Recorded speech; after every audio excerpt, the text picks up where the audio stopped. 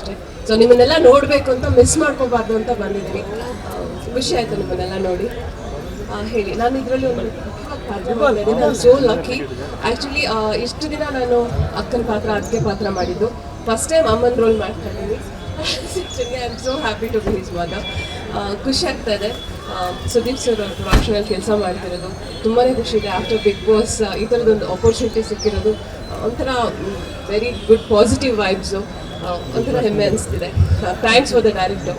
ಅಲ್ಲ, ಎಲ್ಲ ಒಂದ್ ಕಡೆ ಹಂಸ ಮೇಡಮ್, ಎಲ್ಲ ಒಂದ್ ಕಡೆ ಹೊರಗಡೆ ಬಂದಿದೆ, ಒಳ್ಳೇದಾಯ್ತು, ಈ ಸಿನಿಮಾದಲ್ಲಿ ಚಾನ್ಸ್ ಸಿಕ್ತ ಅಂತ ಅನ್ಸ್ತಿದ್ಯಾ ಅಥವಾ ಫಿನಾಲೆವರೆಗೂ ಇರ್ಬೇಕಿತ್ತು ಅನ್ಸುತ್ತೆ? ಫಿನಾಲೆವರೆಗೂ ಇರಬೇಕಿತ್ತು ಅಂತ ಅನ್ಸುತ್ತೆ. ನಾನು ಹೇಳ್ತಿದ್ದೆ, ಸುದೀಪ್ ಸರ್ ತಂಗಿಯಾಗಿ ನಾನು ಆ್ಯಕ್ಟ್ ಮಾಡಿದ್ದೆ ನಮ್ಮ ಸಿನಿಮಾದಲ್ಲಿ. ಈಗ ಅವರ ಅಕ್ಕನ ಮಗನಿಗೆ ತಾಯಿಯಾಗಿ ಮಾಡ್ತಾ ಇದ್ದೀನಿ. So such a coincident. ಆಮೇಲೆ ಇವ್ರ ಜೊತೆ ನಾನು ವರ್ಕ್ ಮಾಡಿದ್ದೀನಿ ಒಂದು ಸಿನಿಮಾದಲ್ಲಿ.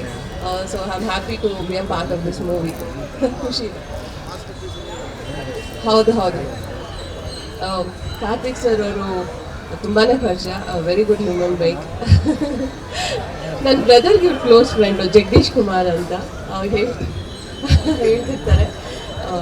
ತುಂಬ ಖುಷಿ ಇದೆ.